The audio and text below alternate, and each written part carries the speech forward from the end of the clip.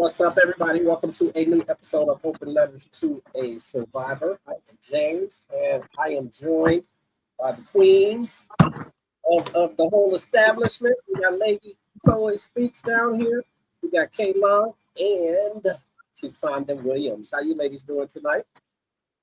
Great. Awesome. How are you?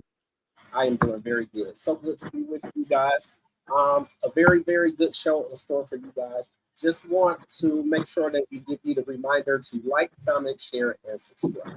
So make sure that you click the notification bell so that you get all the notifications when the ladies go live and when they post new content on YouTube or when they are doing anything that you should know about. Make sure you hit that notification bell. Also, you can now catch the show on the Twitch app. So if you are a gamer, then you know about Twitch. A lot of people are now playing their games on Twitch. It obviously is easily integratable and downloadable on your Android phones and your Apple phones. So if you go on that app and you pull up UG Digital Media Pub, you can watch Open Letters to a Survivor as well as all the other podcasts and shows that are available. So just something new that has come along. A lot more things are going to be coming, but we will reserve all that for another time. We're going to go ahead and kick the show off because the ladies have a lot for you tonight. Lady Poet, I am sending it off to you. Thank you so much, James, for coming on and doing what you always do the best for us. We do appreciate that. And I am Lady Poet Speaks. I am the creator and founder of Open Letters to a Survivor, and I'm here with my awesome co-hosts, Cassandra Williams and K Love, as always. And we are continuing our theme of survivor stories. So we do put a trigger warning on all of our shows just in case you are sensitive to certain matters. We are putting that on our show today. And we have an awesome, amazing guest who is now family to us. So we're introducing her as family tonight. And without further ado, you know how we start off every show with our letter. So take it away, Cassandra. Oh, I thought Debbie was doing the letter today.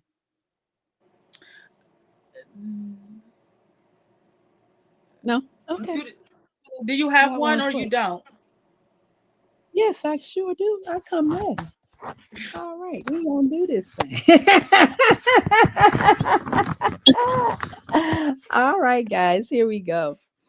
First and foremost, good evening, and thank you so much for joining us. So I'm going to go ahead and get us started with our Dear Survivor letter. Dear Survivor, as the new year unfolds, I want you to know this truth. You are enough. No matter the pain of the past or the struggles you may still face, your worth is immeasurable and your potential is boundless. I invite you to see this as your opportunity to reclaim your story. Whatever abuses or challenges have shaped your current situation or your past, do not define your future. You are enough, always have been, and always will be. This is your time, a chance to begin anew, to step away from what no longer serves you, respects you, or loves you as you deserve. You don't have to do it alone. At Open Letters to a Survivor, we are here with resources, encouragement, and unwavering belief in your ability to move forward. If you're in a place that no longer serves your well being, be it physically, emotionally, or spiritually, please know that now is the time to take the steps forward towards your freedom. Your safety is paramount. Prioritize it and don't hesitate to lean on others for help. There is strength and power in reaching out, and we are here to support you. The road to healing includes taking care of your mental health, a process that will help you rediscover the love, joy, and peace you deserve. You are worthy of every bit of that effort, and you are not alone on this journey. You are love and you are loved. And again, we are here to support you with compassion, resources, and encouragement as you begin this new chapter. The path forward starts with one step, and you are more than capable of taking it. Take this step for yourself and for the life you are worthy of. Take care and be well as you elevate along your healing journey. Sincerely, Lady Poet Speaks, K Love, the entire team of Open Letters to a Survivor, tonight's guest, Mrs. Debbie Greer Chamberlain, and me, Cassandra Williams. Thank you, Cassandra. Your letters always like so. Yeah, so I am going to actually go ahead and introduce our guest today, who her bio is actually amazing. So I'm going to go ahead and read it, and then if there's anything I forgot when we introduce her, we can do that. So give me one moment. So Debbie Greer Chamberlain is our guest tonight. And she is in the process of launching her self-help seminar series, available as a motion speaker, and doing book panels for her book entitled Stepping Stones, Creating Personal Integrity. Her work at these seminars, the motivational and inspirational speaking to groups, she hopes to provide women, youth, and anyone struggling to overcome adversity with keys to success. She has combined a lifetime of lessons with wisdom and applicable activities to help attendees accept their realities, visualize their futures, set goals and action plans, forgive those that have hurt them, and to find daily tools to help them fulfill God's purpose for them. Debbie makes her home in Franklin, Tennessee, with her husband Michael and their little dog Charlie. She has 2 grown children and 1 brand new grandbaby. So Debbie is also someone that we look up to and we love very much at Open Letters to a Survivor. So without further ado, we present to you Miss Debbie Greer Chamberlain. Hey, good evening, girls. So nice to see y'all. Yeah, it's so nice to see you. Hey, Miss Kim. I didn't know you were going to be here too. That's wonderful. It's got a lot of moving parts. Y'all are so great. I've just fallen in love with you. Y'all are all now you're my daughters. I have a friend who's, I'm 67, and I have a really good friend who's 50. And so, but she's always like, "You're my mama," and her mother had passed, and so I take on that role. It's just so, I've got more little girls than you could ever. That's what your number says. Some of them are in their 60s, but I'm still Mama Chamberlain. You know? Right. That's what your number said. Then is in my phone, Mama C on there. Yeah, oh gosh, I love you. That's so sweet. That's so sweet. Well, I know God intervened and had me meet you ladies. There is no doubt in my mind about that. You know, it's never by coincidence that you meet people and they're brought into your life. You just have to wait to see to what extent or what the purpose is. But right. I think I was telling you, Amanda, that it's in your soul. You can feel it. Like it's this thing that lights up. I see this light in people, and I'm like, oh, I wonder what role I'm going to play in her life, or she's going to play in mine. You know, it's just been like, and as you get older, that's the bad thing about getting older is everything hurts. But but the great thing is the wisdom that comes with it, and this intuition that becomes so strong that you start to pay more and more attention to and start to understand it. And that's really people say, if you could go back, and not only with the knowledge, but I'm really comfortable and good where I'm at right now. 20 pounds off would be great, but but other than that, I'm good. As I was telling Amanda the other day, eat some chocolate cake, girl. You'll always feel much better. She did. And I love chocolate, so there we go. All right. I'll turn it over to y'all. I'll talk all night long about foolishness. All right, But you then, fit Debbie. right I'm going into to the family. Yeah, I know, right? I'm going to go ahead then and get us started. Okay, Again, great. thank you so much for taking the time to join us this evening. And It's my my first pleasure. question is, can you tell us a bit about yourself and Sure. your life before the experience you're here to share? Sure, absolutely. At 6 years old, well, first of all, let me start. There were 8 of us when I was a little girl. There, brothers and sisters, and my parents. My mother got pregnant at 16. My father was 17, and so we were all. Well, I'm sorry, there were 7 of us, all born within an 8-year span. My brother and I were 10 and a half months apart. The longest span is my 2 younger sisters that are exactly 13 months apart. So we were all stair steps. There was majority of there wasn't even a year difference. So anyway, that never sounds like that's going to be a good a good thing, right?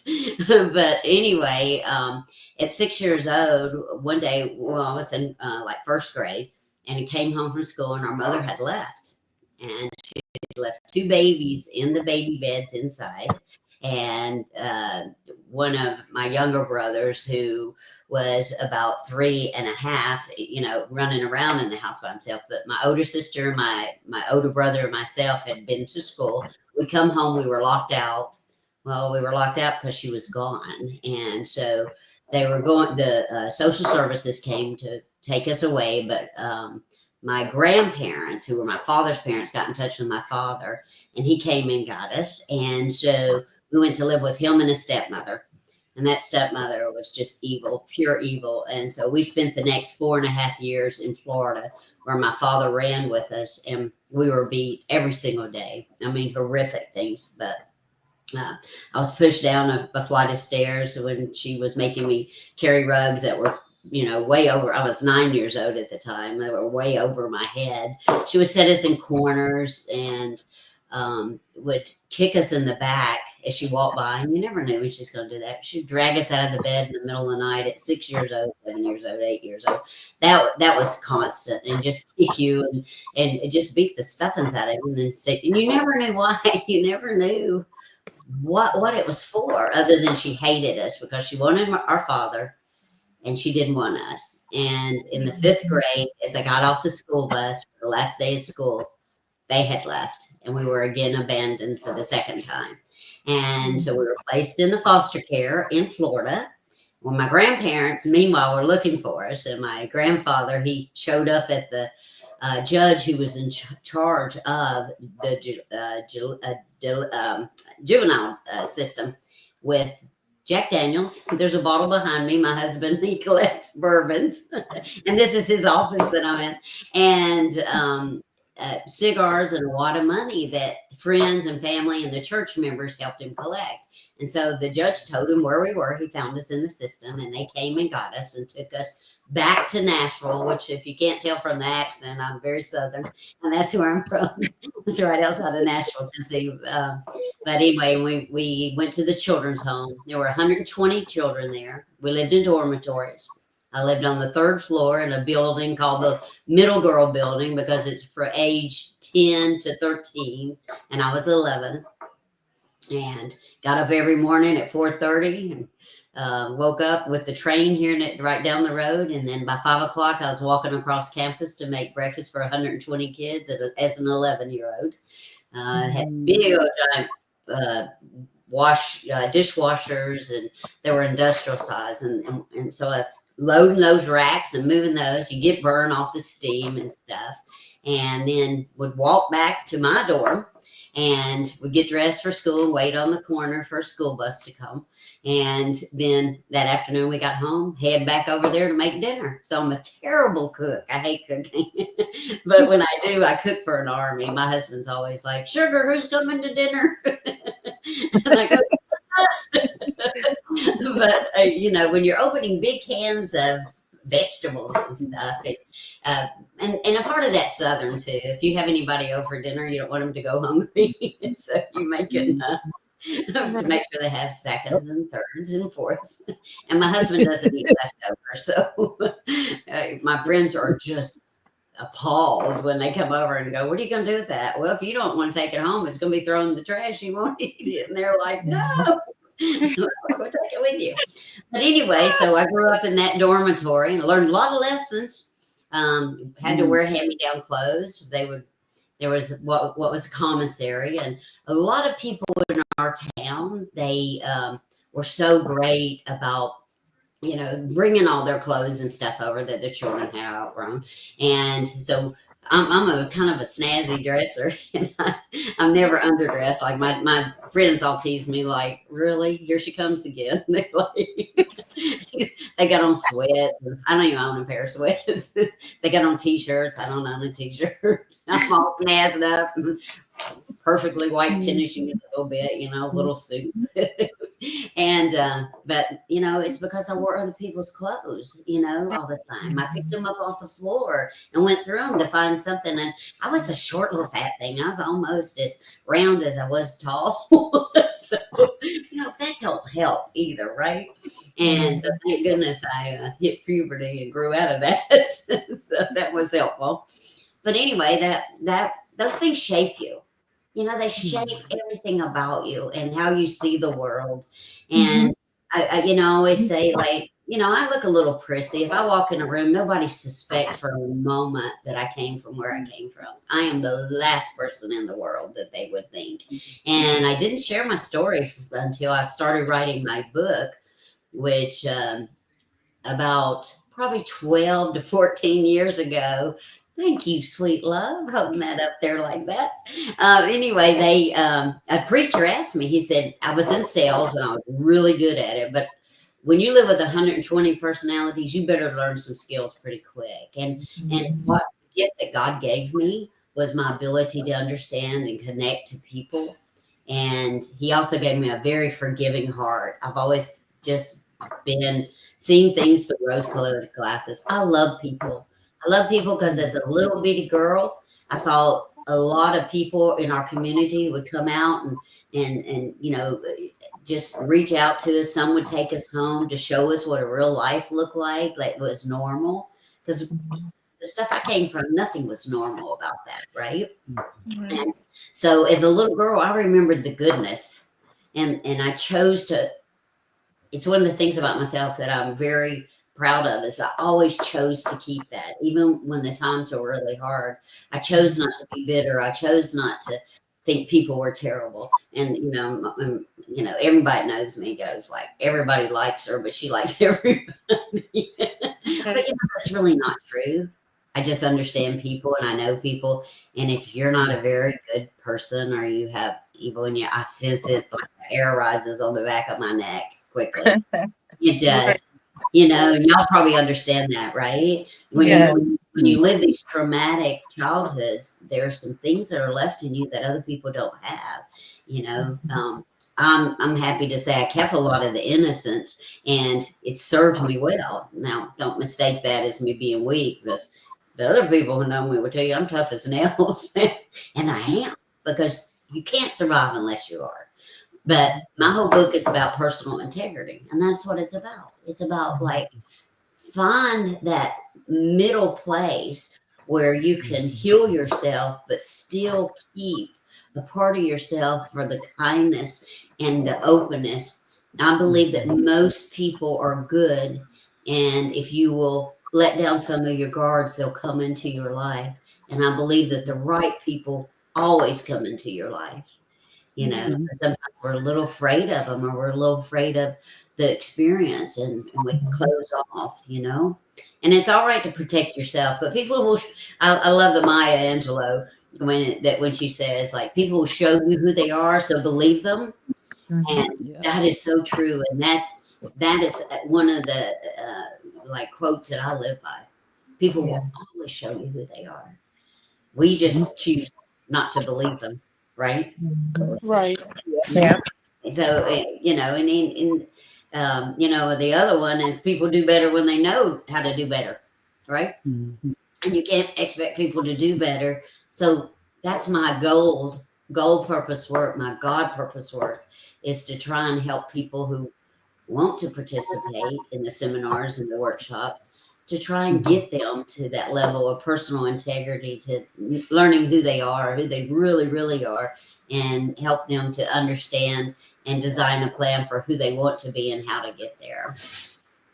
So.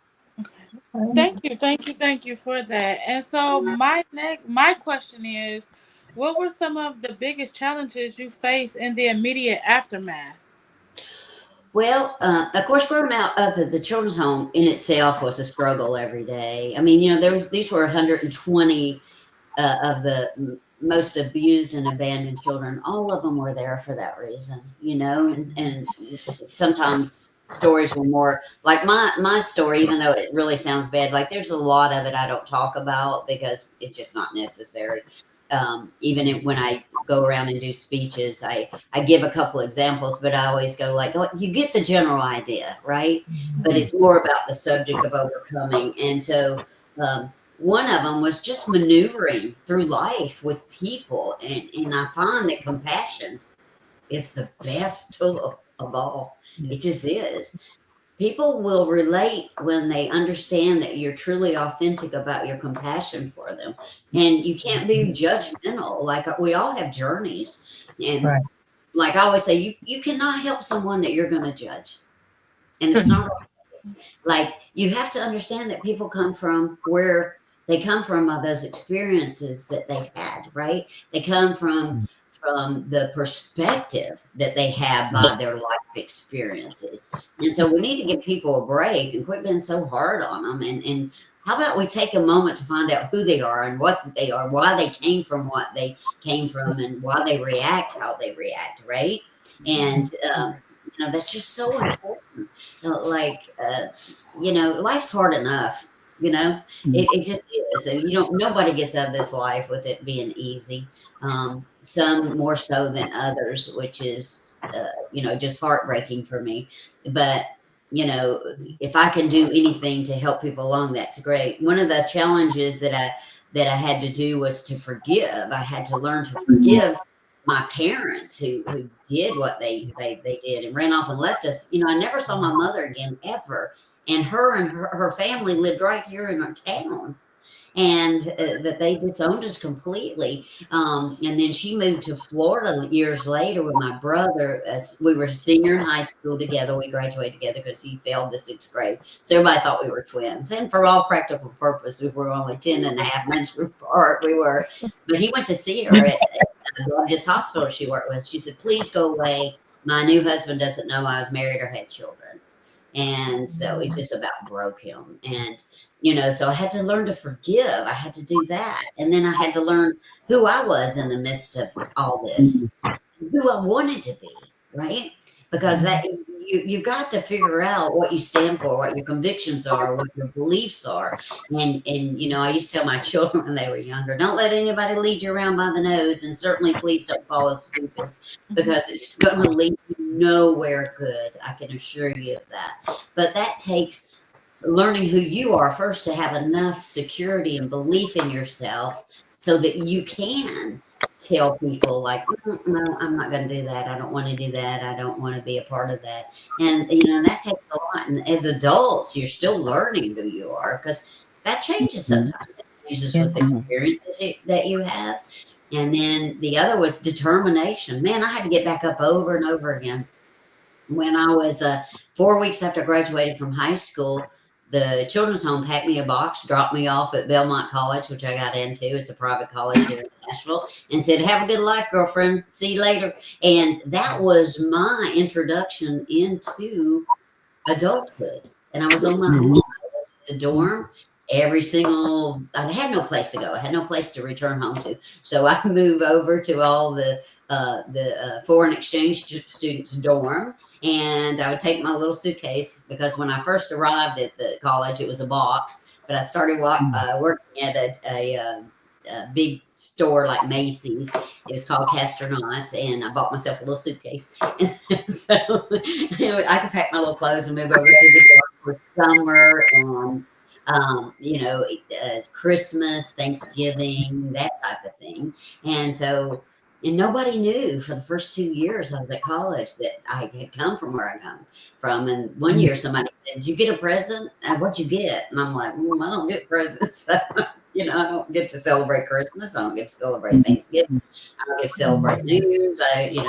And I was so afraid of messing up because I had no safety net. So if I did anything wrong, then who was I going to call? And I was smart enough to understand that. So I'm a rule follower like you wouldn't believe. My husband makes such fun of me because he's a little more not. And but you know, it was out of necessity. Like I knew enough, and I always say that I think God led me and protected me and would say, like, girlfriend, you know, there's nobody there. It's just going to come and rescue you. There's no one to save you. There's no one to call. I knew that. My whole life had taught me that. And so I was straight and narrow. And, you know, and a lot of people aren't. And that's okay too. But if you're adventurous, and you're probably going to have to, you know, make some better decisions about life. So I always say, like, it's a short straw. A lot of us draw the short straw in life. That means you got to live differently. You got to live with intention. You got to live with following some of the rules. You got to work harder, try harder, and make much better decisions and choices than other people have to make, right? And it's a shame, but it's the truth of the matter. And you know, that's what I'm trying to get, like, younger girls, like 16, 17, 18, to understand, like, before, you know, they get their life into a mess. Like, you know, and you know, I always, like, my daughter, finally, we had my first little grandbaby, and he's so sweet and cute. But it's amazing. She used to roll her eyes at me, and now I'm the smartest person in the world because she needs a mama to tell her how to help. It's just so fun and so amazing. But anyway, that, you know, learning to be determined, get back up, you know, was one of the things I had to do too. And then set goals, know where you're going. It's your journey, figure it out. Nobody else can write that for you. And then also faith and hope, and that was so big to me. Was as my stepmother would sit us in a corner for hours and hours and hours on end, and she'd walk by us and she'd kick us in the back and slam our head into the wall. And I remember as a little girl, as early as 7 years old, just praying, "Please, dear God, send a good family to take me away from here." You know, I just knew it wasn't how a child was supposed to be living. I knew it was like, I don't think I belong here. I think you made a mistake. And I would pray so diligently, and man, I believed I did. So that built a really deep faith in me very early. And so, you know, when we ended up at the children's home, now I did say, like, God's got a sense of humor, and this isn't exactly what I thought that was going to look like. You know, I thought it was going to be a nice little house with a little picket fence and some cute little parents. And nope, that doesn't happen. But, you know, the answer prayers are opportunities that we sometimes don't recognize, right? So we have to pay attention to those opportunities that come. It might be an answer to a prayer. And that's how I face life now. I look at every opportunity. It just might be an answer to a prayer, one way or another. But God's way is always the best way, whether we think it is or not, you know? Yes, and thank you for that. Before I let K-Love, I'm sorry, go on with the next question. I do want to tell anybody, if you are having problems commenting on our page, send one of us a message, either a message on Messenger, or you could text one of us and we'll read the comments out loud. So there are people that are commenting or texting that said they are having an issue. So, all right, so we will go ahead with the next question for what K-Love, I'm sorry. And if you have any comments or anything you want to read before you go, you can, before you read your questions, you could go ahead and read any comments. All right. Well, right now, the one comment that sticks out to me is that, Mother Debbie, you have a very sweet spirit. And it is exuding out to where all of our viewers are feeling it and seeing it right now.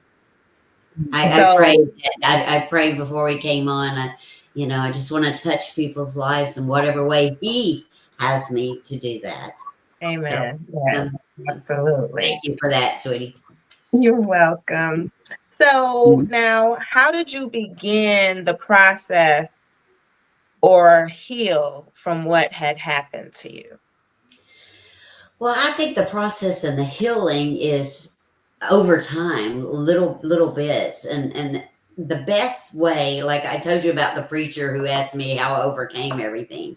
I was in a network marketing luncheon, and I've been in sales my whole life and public relations and marketing, and and I was a really good salesperson because I just have a lot of patience, and I believe in the old Zig Ziglar thing of give people what they need, and you'll always get what you need.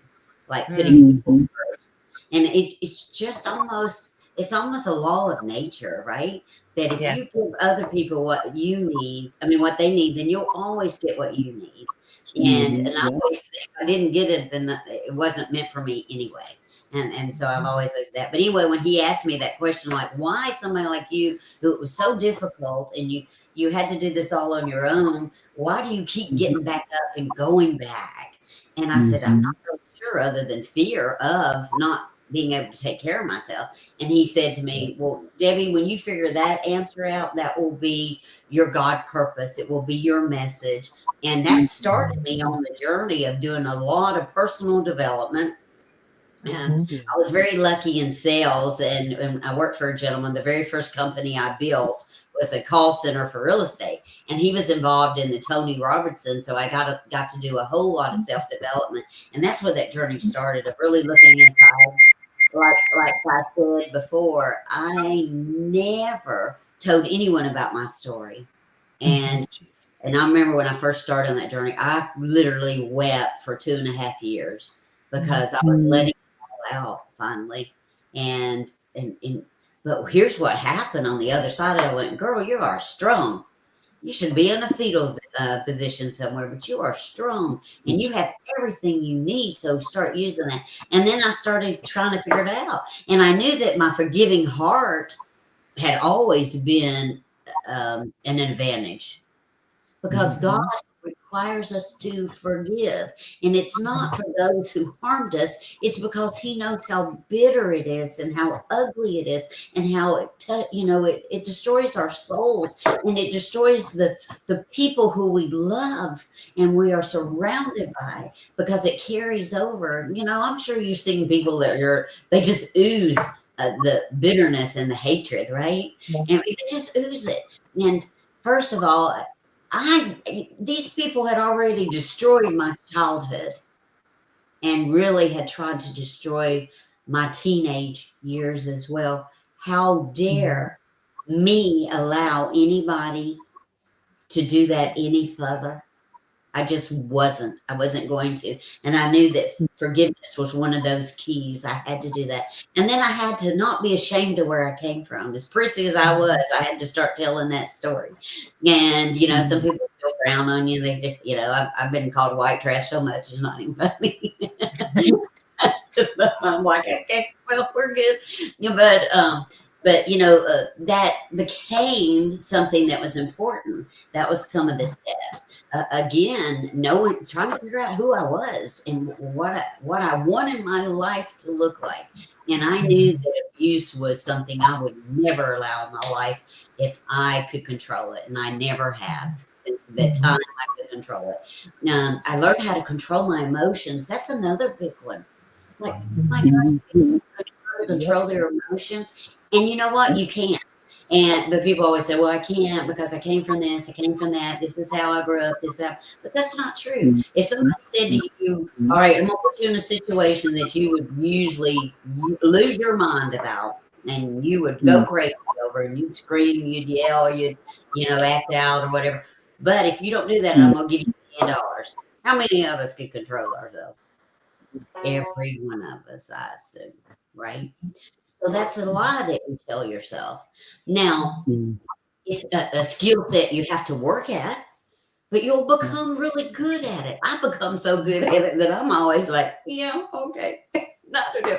My husband and I, we've been married 6 years, but we've been together 11. We've never had a harsh word with each other. That doesn't mean we don't disagree. It doesn't mean we don't have discussions. But he came from a very volatile marriage, his first one. But I told him right off, I don't fight with people. I don't argue with people. And it's amazing. You can't argue with somebody who won't argue with you. I'm sorry, you just can't. And so you try and start, and I go, no, or I go, okay, I'm gonna walk over here a minute. But over the 11 years, like, we don't speak harshly to each other. We protect each other's heart. We protect each other's, the kindness and the joy that's there, and it's amazing what that does. So it had to become, and he had to love me enough, which I'm so fortunate that he does, that he decided that's how he wanted his life to be too, to not lose control. So losing control is another thing I teach in my seminars. You've got to learn to do that. You got to learn to control your emotions. And then you got to have some faith and some hope. Man, I always call it the flicker. Like when you let that flicker go out, like that flicker in my life is so small sometimes that I don't want to throw in the towel, but I'd say, no, what if? The what ifs too. I think, didn't we talk about this, Amanda, about the what ifs? What if I'm right there and then I quit? What if success was around the corner and I quit? Right. What if this was going to be the answer and I quit? That terrified me to think I was right there. So the what ifs became so important to me, and I knew I couldn't let that flicker go out. So the faith and the hope became so important. It's got to be a focus. The devotion is important. The taking time to be grateful and to thankful for everybody. To think about somebody else's problems and how you can assist them rather than your own all the time. Like, get out of your way. You're not that important. Like I think that's a problem. I think that's a problem with society now, that we're too involved in our own stuff. And that's why I admire you so much. My gosh, you're doing something about that, right? You're doing something about helping others, healing others, helping them to heal themselves. And that's masterful, and it's beautiful, and it's wonderful. And I know that's why I'm drawn to you, because I appreciate it, because I know how important it is, because it will heal you in the process. Each and every one who does that type of thing, it will heal them, Yes. Amen. You have just dropped so many nuggets. Let's just keep going, because you just got a lot to unpack. So a lot of years, sweetie, a lot of years. Oh, it is dirt. which brings us to our next question. Are there any lessons or perspectives you've gained that you'd like to share with others? Well, this is always a question that's normally asked too whenever I do a podcast, and I think it's so valuable and so important. But I think there are just, again, I just go back to those 5 basic steps that I wrote in the book of forgiveness. You've got to do that, and don't be ashamed where you came from. Now, you don't have to tell everybody everything. You do keep some things to yourself. But you know what? People to hear your story is a privilege. It's not a right, right? They have no right to it, but it's a privilege if you decide to share it with them, and they should honor that. And don't be sharing your stories with people who don't honor you, people who can't see the triumph in the story of overcoming. I mean, I think we have to be so careful also in who we choose to bare our souls to, because they need to be protected. And there are plenty of people who will protect you and will protect your stories and will protect your truth. But there's some who won't. And so you've got to learn which ones will and which ones won't, you know? That's right. And people will show you who they are. So listen, pay attention. And when something clicks in your head that says, I'm not too sure about them, just back off. You don't have to cut people off at the knees, but what you have to do is learn boundaries. Learn those boundaries that they only get to come so close to you.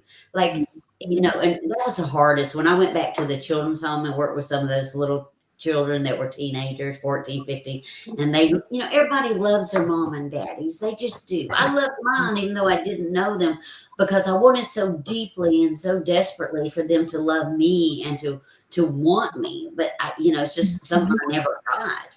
But these little children, like when I went to children's home, I was there from the time I arrived until they dropped me off at college. So that was a 10-year span, right? Almost.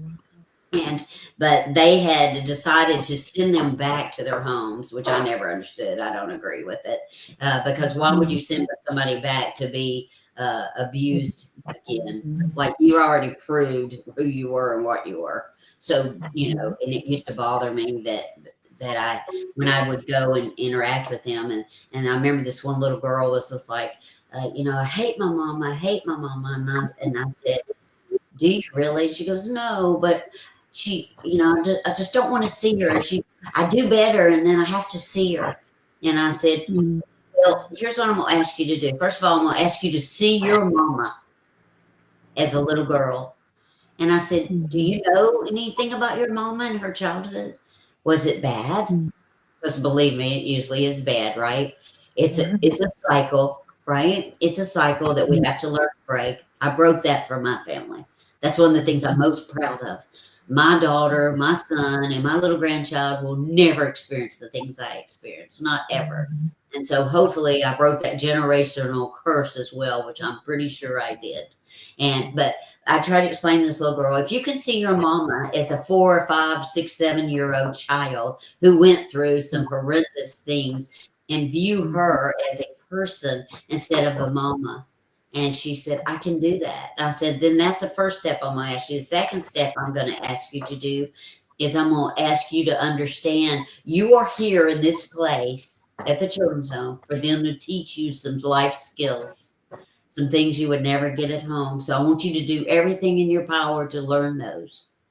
And then when you are strong, you are healed, you are older and smarter than you are now, then you can slowly let your mama back into your life, because you'll know how to handle her, and you'll know how to set those boundaries and not let her overtake or sway you or put you in positions you don't need to be. And you know, but sometimes you do have to lead people for a while. You just do. And it's heartbreaking when you have to do that. It is. But you have got to think about your own health, your own healing, and be able to do that, but so that you can become stronger, and then you can, you know, let yourself re-enter at your pace, at what you learned, what you said, because you got to become strong enough you don't let somebody drag you back down that road you didn't want to go, right? And so I always think the boundary thing is so important. I'm a real boundaries person, and my poor little daughter too, because she was raised by this mom. When she first got married, she's got the best husband and a great family, but they're just really not a lot of boundaries. And she's like, oh dear gosh, Mom, I don't know. And I said, just be kind and loving, because you got a great man there, and you know, just very sweetly say, kind of not my thing. You know, I said one of the companies I ran, I had like about 42 young people who worked for me, and they used to always say, Debbie Greer Chamberlain tells us all the time, you can say anything to anybody if you know how to say it. Right. And you can. You really can. You know, you have to come from a place of respect, a place of kindness. Look, I always say, if you don't think I know how to cut somebody off at their knees in about 90 seconds coming from where I came from, I mean, talk about coming from the streets, talk about 120 of the meanest kids you ever saw, then you are crazy. That's another choice I made. That's not who I wanted to be. And I can assure you, I don't use it. because I don't have to anymore. And it was not a person I wanted to be. When I said before, you have to decide who you want to be, who you are, and who you want to be. That's why that's so important, because no one can make you do anything you don't want to do if you truly are trying to change who you are, right? I mean, I'm not saying it's easy. I'm just saying it's doable. It's just like forgiveness that people are like, I can't do it. You can, because it's required by God and it is doable. These things are all doable. It's how important you being a success at life. And by success, I mean being at peace, having joy, having the acceptance and the respect of people. How important is it to you? And it basically, that's what it boils down to. You got to decide, how important is it to you? Yes. Yes. I want to read some of the comments we got too, because we got some awesome comments. So actually, I'm going to make an announcement about Lucy, but Lucy is actually part of us. She does a lot of the things and she speaks with us. So she just wanted you to know, and if I click off, you can still hear me, but I'm going to read some of her comments. She said, having faith is so important, and God had a greater purpose for you, and forgiveness freed her. So she can speak on that forgiveness as well. And having boundaries is so important and necessary. Right. So those are the comments that she was saying to you, but of course they didn't come through the page. So I was just reading those off for you. Well, I'd probably get excited. I get excited by shiny pennies, like little shiny things, and I'd be like, "Oh!" So it's not. So happy it's not what. I don't know if y'all know anything about the personality colors, but I do that in my workshop, to where you learn if you're a red, a blue, a yellow, or a green. And a red is kind of aggressive and a leader. A blue is social. A green is very analytical, and a yellow is there are peacekeepers, and and our who worry about everybody and the environment and all that. So there are real sweet, timid people. And so I'm a red and a blue.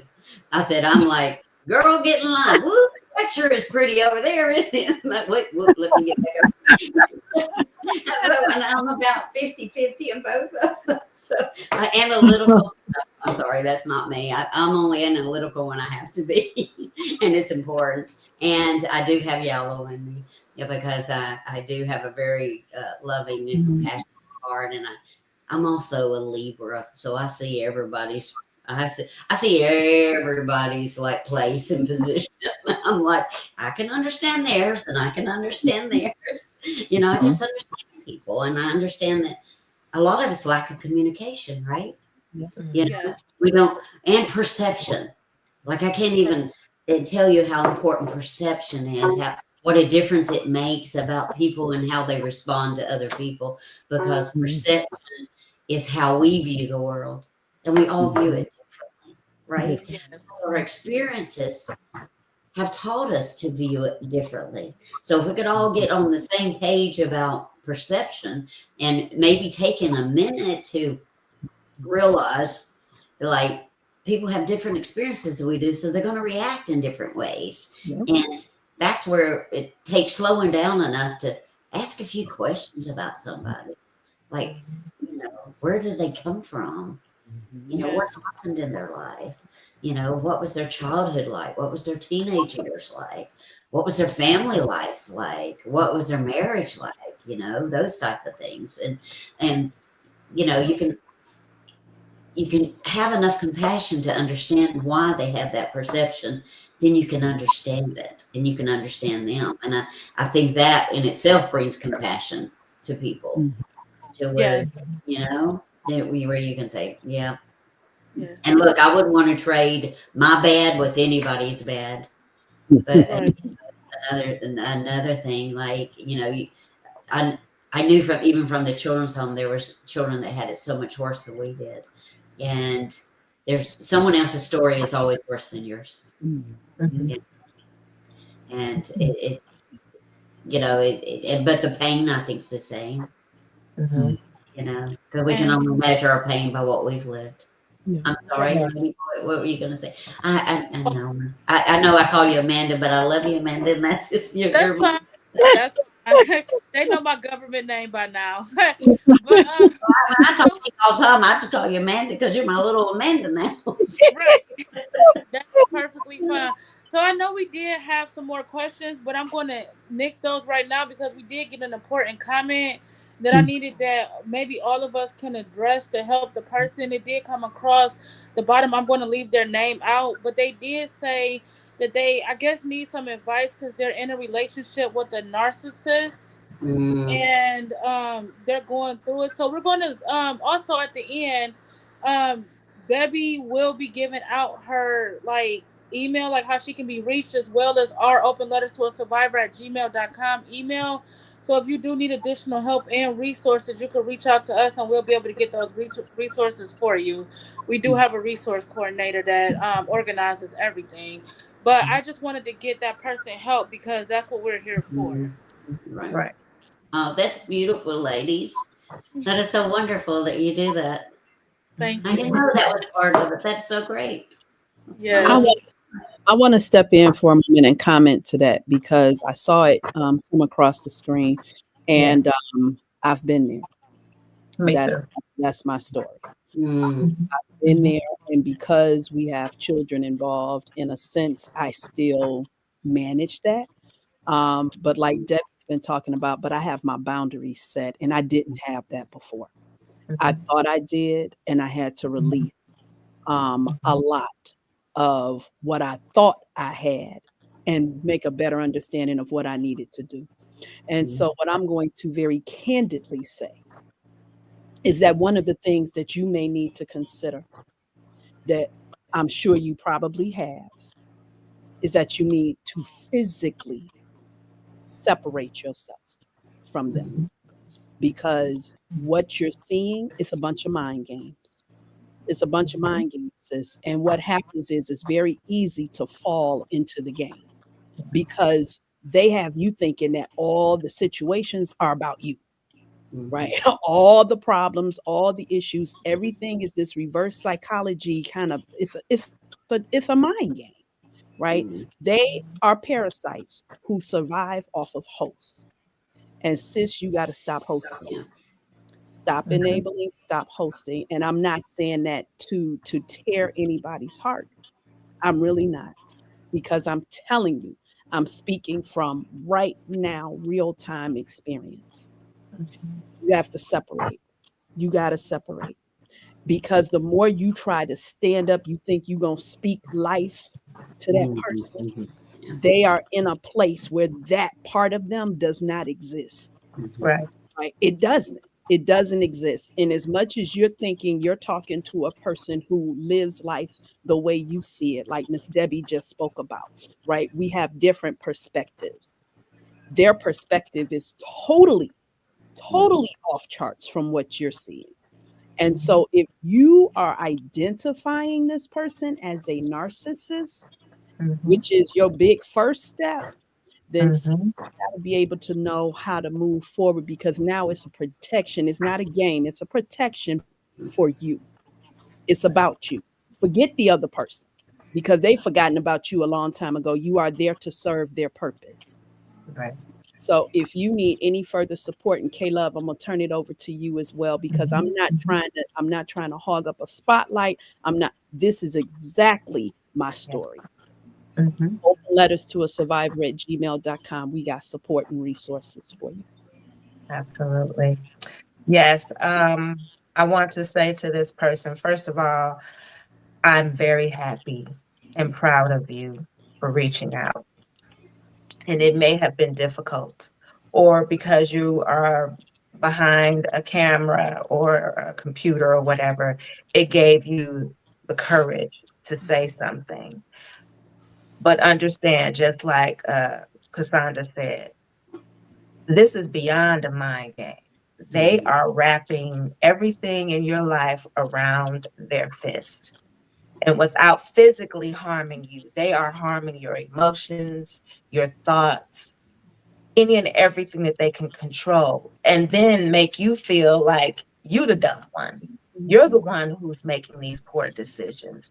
You're the one, they not doing anything. They're just being there for you, trying to help you and love on you. And no, all of that is a farce. It's a lie from the pit of hell. I'm sorry to say it like that, but understand, you're never going to win the fight. You are never going to be able to change their mind about anything because they feel like whatever they're saying and doing is correct. Because, like Cassandra said, you're there to meet their need. They don't even realize that they're not meeting your need because that's not the purpose of the relationship. There it is. Okay? So don't feel less than because they've already played that game with you. Don't feel like it's your fault because they've already made you second guess yourself. Don't feel like you have to stick and stay. No, it's time to stick and move. Yes. And it's necessary because time will go by before you know it. You've spent all of this time and investment in a toxic relationship, doing things out of love, but not getting that back, not reciprocating what you've given and what you've sacrificed. So take the time to love yourself enough and say, this is what I'm seeing. And like Mama Debbie said, they've shown you who they are. And now it's time for you to believe it, receive it, and then get rid of it. Make your move, make your plan, your exodus plan. And even if you want to have a conversation with them, it don't matter because they're going to twist it and turn it around. So if you need to quickly, if I don't know your situation, if you're living with the individual and maybe things you can't wrap up real quick and fast, but make a plan. If you have children together, make a plan to get you some help to get out. Because I promise you, I've been there just like Sister Cassandra, and I've spent a lot of time trying to be something to this person that I will never be because it wasn't about me, it was about them. So, yes, love, do what you got to do to move forward. If you got to go get counseling and get some help to rebuild your self-confidence and self-love, do that. If you're here in Cleveland, reach out to us. We'll give you resources. If you need to just talk to one of us, because we've walked in your shoes, so we fully understand. Hey, you got sisters over here who will love on you, and I didn't see who it was, but if it's a female or a male, it don't matter because narcissists are female too, and that is in a form of abuse. That's an abusive relationship. So yes, reach out. I thank you for asking that question. I thank you, and I'm proud of you. And let's keep going. Let's keep moving. Yes, and I want to add too, because I left the relationship too that wasn't serving me purpose. More so of the narcissism and the physical. So when I tell you when we speak, it's because we live these lives. So we are here. We want you to know, and I want you to know personally that you are worthy, like Cassandra said, of taking that next step. You are worthy of getting the help that you need in order to move on. You are worthy of that. And we will be here in our emails for all night. If we have to leave it open all night, we rotate around the clock to check the emails. We have our resource coordinator who gets up at 3 o'clock in the morning because she has to be at work and she checks them. And so we are here 24 hours a day for somebody to jump in and respond.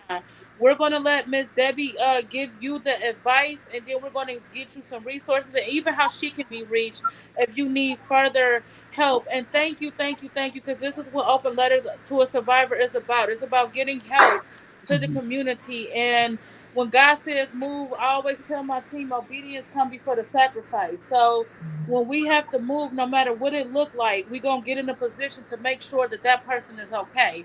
So we didn't, I do know what your name is, but we're not going to share it just for your safety and your protection. But you can reach out to us at openletterstoasurvivor@gmail.com. We are here. It is a confidential email. Only the 3 of us check it. Well, 4 of us, because our resource coordinator.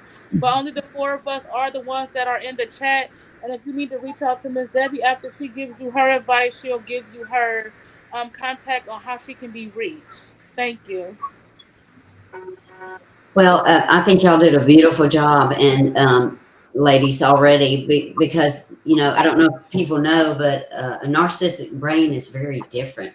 It shows up very differently, and so there's no like healing of that, and that I think that's the hardest for everybody to understand. So when like Cassandra, when you said like it's not going to change because they don't even think they're doing anything wrong, and so you're battling something that, like you said, you can talk to your blue in the face, you can try and love them the best that you can, but that's never going to change. There's empathy missing. And with the narcissist, that's what it is. And you can't have a life with somebody without empathy, without some understanding. And so I think y'all did beautifully in giving her the advice. Now, me, myself, like I said before, I just have never allowed that. So I don't really have a lot of experiences with it, but I do know enough about it to know that it's a difference in the brain chemistry and that it can't be fixed. It can't be stopped. And so that's why it becomes so dangerous. And you never want to stay in that situation to where it does become a physical danger to you. So anyway, other than that, I don't, just take the advice of these beautiful 3 women and listen to what they are saying for you, and pray about it a lot. Find your safety net somewhere, your family, your friends, the people you can trust, and reach out to them to help you. And as Kim said, make a plan and get that plan in motion. And it's because that's a scary thing to have to leave. Just up and leave, but preparation is always a good thing, always in any situation. And if you don't know what to do at the moment, sit quietly and make the plan and then follow it. But start taking the steps to make the plan. And I'm going to add really quickly to that, Mama Debbie, if that plan doesn't seem to be coming out to perfection, right, where you have step 1, 2, 3, 4, 5, and it goes from step 1 to step 5, go ahead anyway. Right. It's not going to be perfect. It's never going to be perfect, right? Never going to be perfect. Again, I speak from experience. I had a plan. Trust me. I had a full plan, and a whole lot of stuff happened that I did not anticipate, couldn't have anticipated. And I had to make adjustments. And I ended up leaving sooner than I thought. So the plan is the foundation because it sets your mind up for it, right? But don't feel like it's not hitting on all levels. If everything is not firing in order, that you can't do it. You can. You have to. But make the plan. But again, don't let that plan stop you. If it's the case that you're starting to see that it's not planning out, it's not coming out, step 1, step 2, step 3, that's okay, right? Go from step 1 to step 5. If the rest of it was necessary, it'll come to fruition as you need it. But apparently step 5 needed to be step 2. You get what I'm saying? So don't let that hold you back if you're starting to see that it's not panning out in the exact way that you thought of it. Yes, and I'm going to go ahead and reach out to our resource coordinator so we can get this person resources that may be needed. Mama Debbie, I love you. I'm going to contact you when we get off, and we're going to bring you back for a part 2. I need y'all two to go ahead and close the show. I'm going to reach out. Tim is on. I'm going to reach out to our resource coordinator to go get this person help, okay? Okay, and Mandy, you have my permission to give any of my information to anybody you feel needs it, okay, honey? Okay, I'll go ahead and turn that over. Thank you. I love you so much. I love you too, sweetie. All of you. Y'all are fabulous. I mean, I'm so proud of you. My goodness, y'all. I mean, it's a beautiful thing. Y'all go ahead and close the show. Get Mama Debbie resources out there. I'm going to go ahead and reach out to our resource coordinator, check the emails, and get this person's name to reach out, okay? All right. Okay. Bye. Bye. All right. So as we wind down, Mother Debbie, just hang out with us for a moment while we do our last few tidbits. I want to say let's go to therapy real quick. For that person and for anyone else listening who wasn't able to give out their comments, you can always reach out to Miss Belinda. She works at the Cleveland Health and Wellness Center, and she deals with trauma within our community, and she is an awesome therapist. And you can reach her at belinda@chawc.org. And then we also have Shamara Hutchins. She's one of our newest. She just created this wonderful book. She's one of our therapists, and she's the creator of Mindologist, The Mindologist. You can reach her on all social media platforms under that, The Mindologist. She is also a therapist and has a counseling center that is designed according to your schedule. So she deals with trauma as well, among a host of other things. So please reach out to her on the Mindologist platforms, wherever you can find it. And real quick, we're going to bring in Brother Tim Stevens. Oh, Cassandra, did you have anything? Oh, the sponsorship. Yes, ma'am. We are looking for sponsorship for our show. As you can see in real time, we are here to support. Yes, we're sharing our stories and everything because it's necessary for people to know that the experiences they have are not just to themselves. But in order for us to spread and continue to move forward in the work that we're doing, we are asking that you please empower our mission. Open Letters to a Survivor, we seek sponsors to help shine a light on mental health issues within communities for people of color. And together we can create lasting change. Again, our email is openletterstoasurvivor@gmail.com. Please put in the subject line sponsor if you would like to sponsor our podcast. And also with the therapy, let's go to therapy. You can also email us for any resources or information at openletterstoasurvivor@gmail.com, and then put in the subject matter, let's go to therapy. And then for our spotlight person, our wonderful brother, Tim Stevens with the Righteous Brothers accessory line. You can find him on Instagram at right.brothers216, and just look through all the different accessories that he has for men and women. And his slogan that I love so much is you can get right, stay right, be right, and do right. I'll probably be adding some stuff in there, but you get the drift. And let's bring in Tim right now. Hey, Tim. Hey, how y'all doing? How y'all You look doing? Wonderful. Yeah, I just came because I'm making a little comeback playing semi-pro football. I didn't practice today, but it's my first time with the team, so this the first, pretty much the first Sunday I'm not in my suit at this time. Okay. But I'm glad to be on tonight, and I'm glad I was able to listen in on, especially on the comment that went through, and it brought me back to when I was in a relationship. It was probably about almost 6, 7 years ago, and I was that person. It was very tight. I was that person trying to push it through, trying to force everything. At first everything was cool, but sometimes relationships run its course, and you have to understand to know that it's okay to move on, because you have to be your own person. And sometimes that person that you started to go with at first everything was cool, but throughout time things do run its course, and sometimes the Lord wants you to move on, and you have to go where the Lord is taking you, because wherever the Lord is taking you is the best place for you. You can't just try to be stuck in one place that's not happy and is making you upset, and you're losing your mind. You're not even thinking straight. You're not thinking for you. You gotta think for you. You gotta do for you so you can help others. You gotta be the best of you so you can be effective to everyone else that may need help as well. Because you have to understand to know that God created you in His own image for a purpose and a plan. It's up to you to know what that plan is.